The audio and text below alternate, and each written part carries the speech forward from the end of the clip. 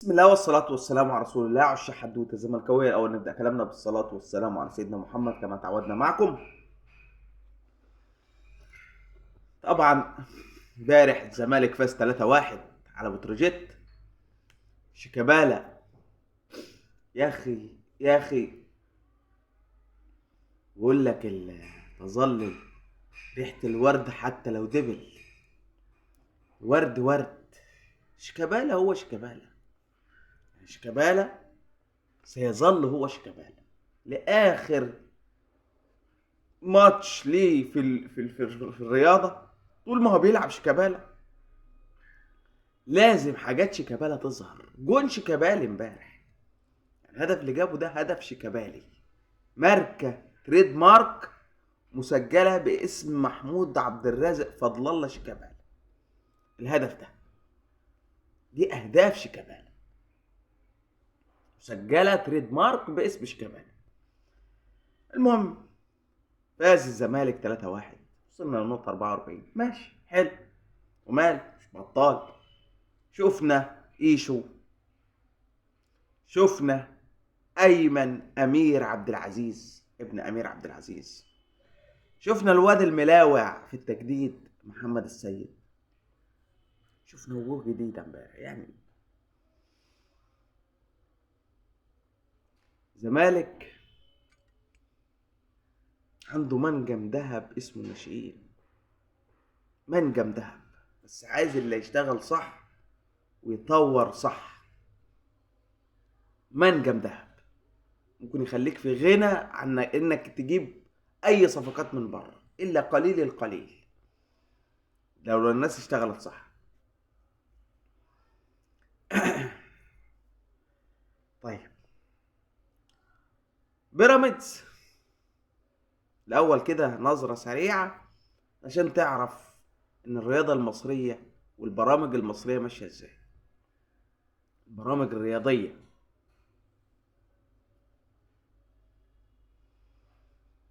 بيراميدز بيطلب ان ماتش سيراميكا يتأجل. ماتش ايه؟ سيراميكا يتأجل. وهذا حقه. الاهلي يقول لك لا، اتحاد الاهلي ورابطة الجرجير يقول لك لا، اجل ايه؟ يعني يا جماعة صن داونز لسه هيجي النهارده من جنوب افريقيا، هيوصل النهارده تقريبا، وعنده ماتش يوم الاربع بعد يومين امام سيراميكا، وبعدها بيومين يلعب صن داونز تاني في نهائي افريقيا.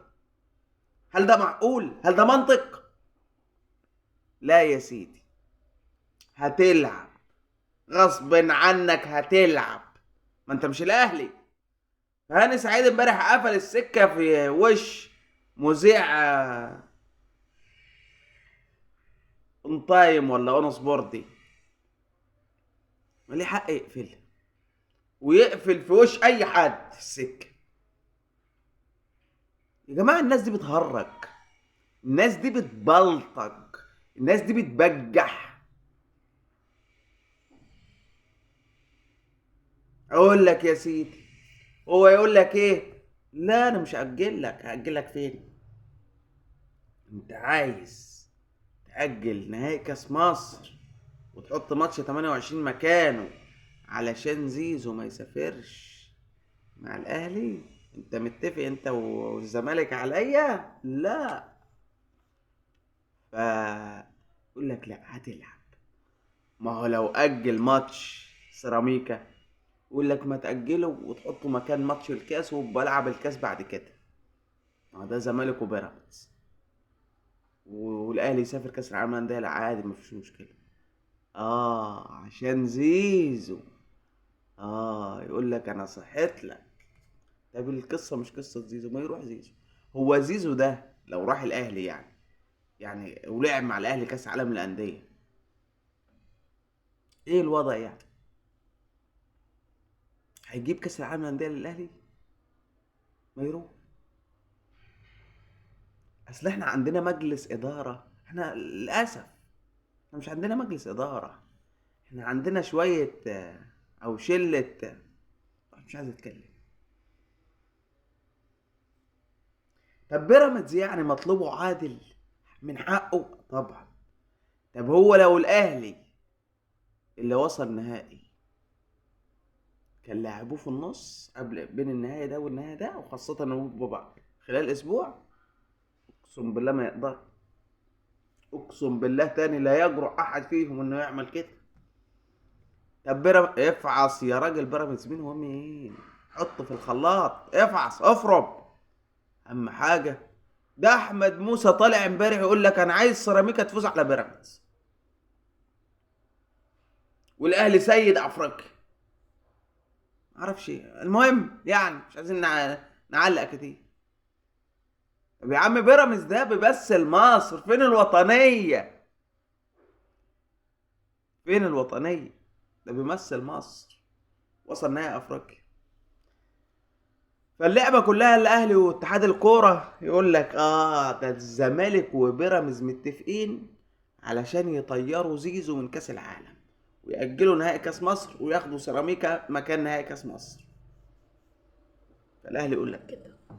طيب هنشوف القصة دي هتروح فين وهتيجي منين. لكن انا وجهة نظري الرياضة المصرية لا، هي بتعمل اتحاد كورة، رابطة جرجير دي ولا رابطة اهلي دي، كله بيعمل لخدمة الاهلي. محكمة الرياضات الدولية هتطلع قرار. اصبروا اصبروا اصبروا وستروا. طيب الزمالك لسه عنده ماتش فاركو. ماتش فاركو ده يوم 1 يونيو، النهارده 25 صح؟ لسه يوم 1 يونيو ماتش فاركو، اللهم صل على النبي.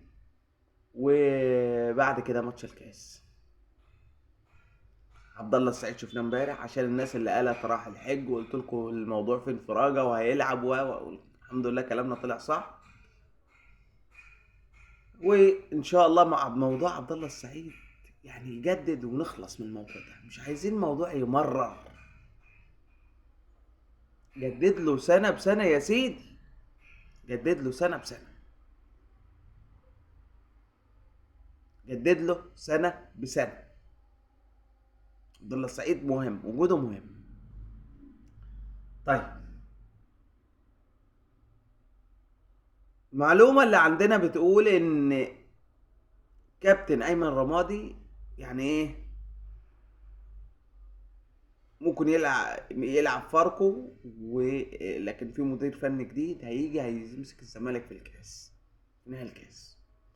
طب هل بعد فوز امبارح هو الاداء مش حلو يعني؟ ده زي الطين يعني، مش دي فرقه الزمالك يعني. هل بعد فوز امبارح لسه برضو الكلام على كده؟ والله هنشوف ونتابع. هل في نيه لرحيل ايمن رمادي بعد ماتش فاركو ويجي مدرب جديد للزمالك في ماتش الكاس؟ هنشوف ونقول لكم ونتابع القصه دي هتمشي ازاي، هنتابع هيمشي ازاي الامر ده. خلاص. طيب المحكمة الرياضية زي ما قلنا لكم، والكاس قصة النهاردة لحد بكرة أو بعده بالكتير، يعني يوم الثلاث يوم الأربع بالكتير أقصى حاجة. محكمة الكاس هتفرض وهتقول قرارها في السمك لبن تمر هند اللي هنا. قرار هيجي من فوق دلوقتي، من بره، هيجي من بره. خلاص. امبارح اضحك يا راجل، 5 فرفشه كده. ايه؟ مصطفى شلبي. انا كل ما اشوف الفيديو ده يعني اسخسخ على نفسي من الضحك. مصطفى شلبي اللي خد طرد امبارح الحمد لله يعني. اتفرج على الفيديو ده يا زلمه، كل اللي يشوفني يبقى اتفرج، اكيد اتفرجتوا عليه. مصطفى شلبي في نص الملعب واستلم الكوره على يمينه شويه كده، شويه على يمينه كده شيكابالا موجود، فعادي بصها له كده بالرجل عادي، بصها له يفتح الملعب ناحيه الشمال، ناحيه ناحيه اليمين. اللي واقف فيها شيكابالا عادي يعني يفتح الملعب. مصطفى شلبي بيعمل ايه؟ شفت اللي بيصطاد عصافير في الجو، شوطها في المدرجات. طب يا عم شيكابالا جنبك اهو. مش محتاج انك تحط عزمك شوط على اخر، انت ايه في المدرجات والكرة بالعرض يعني. يعني كورة تنم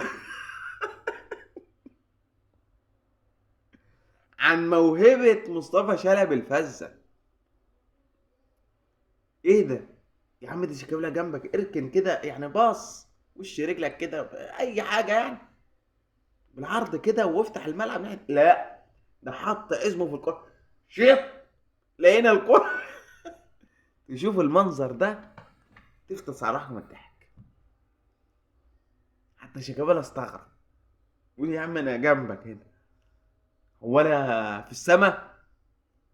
انت ايه، في حاجه بتصطادها، في عصافير فوق يعني بتصطادها ولا حاجه؟ المهم دي حاجه ايه، فكاهيه يعني، تروق عليك كده. ده بخصوص رونالدينهو مصطفى شلبي، مصطفى شلبانيو. طيب